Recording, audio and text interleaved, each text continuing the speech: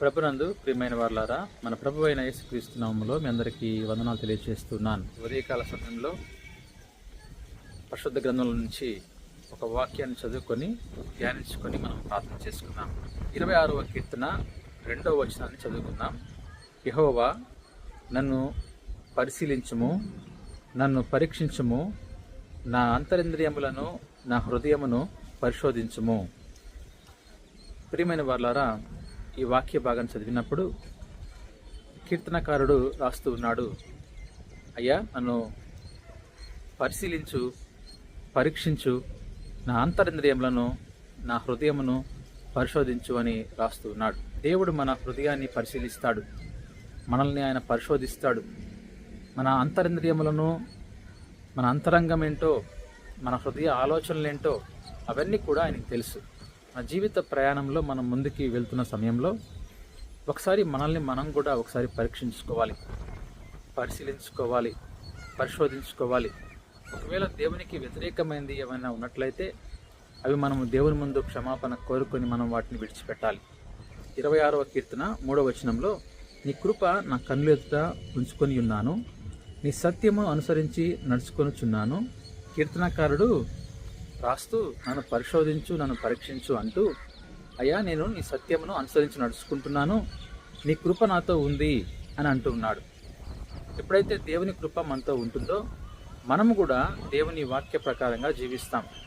దేవుని వాక్యం అనగా సత్యము గనక ఆ సత్యమైన వాక్యాన్ని చదువుకుంటూ ఆ వాక్యాన్ని హృదయంలో భద్రపరుచుకుంటూ ఆ వాక్య ప్రకారంగా జీవిస్తాం.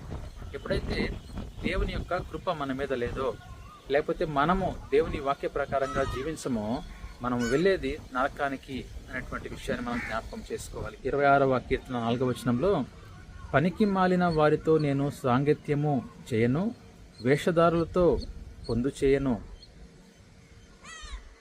4వ వచనంలో కీర్తనకారు రాస్తూ అంటున్నాడు, పనికి మాలిన వాళ్ళతో నేను సాంగత్యము చేయను అంటున్నాడు. మనం కూడా పనికి మాలిన వాళ్ళతో మనం సాంగత్యం చేయాల్సిన అవసరం లేదు. ఎందుకంటే దేవుడు మంచి స్నేహితుడిని ఎన్నుకోమంటున్నాడు. మన స్నేహం ఎలా ఉంది ఈ రోజున? ఎవరితో మనం సాంగత్యం చేస్తున్నామో, ఎటువంటి స్నేహం మనం కలిగి ఉన్నామో, అది మంచి స్నేహం మనం కలిగి ఉన్నామా లేదా? ఒకవేళ మనం స్నేహించేవారు దేవుని వాక్యాన్ని చదివేవారా, దేవుని యందు విశ్వాసం ఉంచేవారా, అదేవిధంగా దేవుని వాక్య ప్రకారంగా జీవించేవారా అనేది కూడా మనం నేర్చుకోవాలి. వేషధారులతో పొందు చేయను. మనము వేషధారులతో కూడా మనము సహవాసం చేయాల్సిన అవసరం లేదు. మనుషుల ముందు ఒక మాట మాట్లాడుతూ మనిషి వెళ్ళిన తర్వాత మరొక మాట మాట్లాడే వాళ్ళని మనం వేషధారులు అంటాం.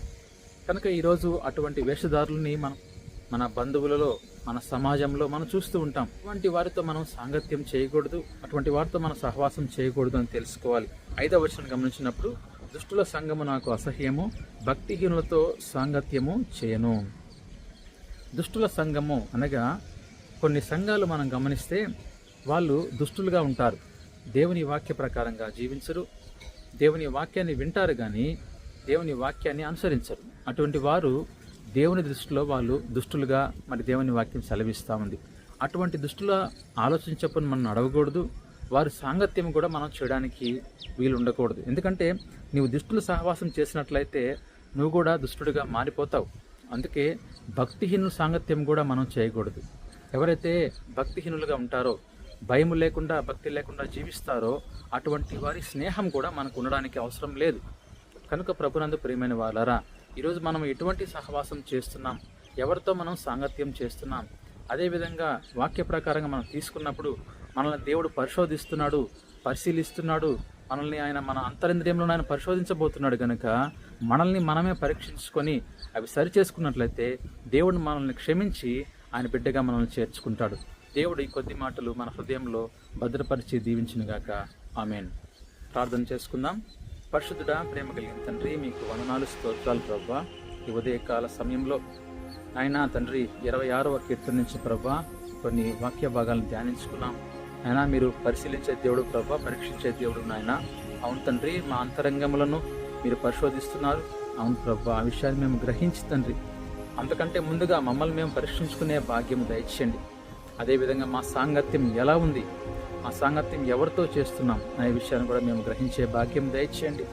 చెడు సహవాసం చేయకుండా, భక్తిహీనులు సహవాసం చేయకుండా వేషధారులు సహవాసం చేయకుండా మమ్మల్ని మేము మలుచుకునేటువంటి భాగ్యం దయచేయమని, ఎవరైతే దేవుని యందు భయభక్తులు కలిగి జీవిస్తారో వారితో సాంగత్యము, వారితో సహవాసం చేసే వారంగా మీరు మమ్మల్ని మలచమని, మా హృదయాలను స్థిరపరచమని వేడుకుంటూ, ఈ వాక్య భాగాన్ని ఎవరైతే ప్రభా చదువుతున్నారో, ఎవరైతే ప్రభా ఈ వాక్యాన్ని సమయంలో వింటున్నారో వారిని, వారి కుటుంబాలను దీవించండి అయ్యా. వాళ్ళ కుటుంబాల్లో తండ్రి ఆశీర్వాదాలతో నింపండి. వాళ్ళ కుటుంబాల్లో తండ్రి నాయన ఆశ్చర్య కార్యాలు, అద్భుత కార్యాలు చేయమని మీ ప్రియ కుమారుడు, మా ప్రియ రక్షకుడు నజరేయుడైన యేసుక్రీస్తు నామములో అడిగి వేడుకుంటున్నాను తండ్రి. ఆమేన్. అందరికీ వందనాలు. దేవుడు మిమ్మల్ని, మీ కుటుంబాన్ని దీవించునుగాక. ఆమేన్.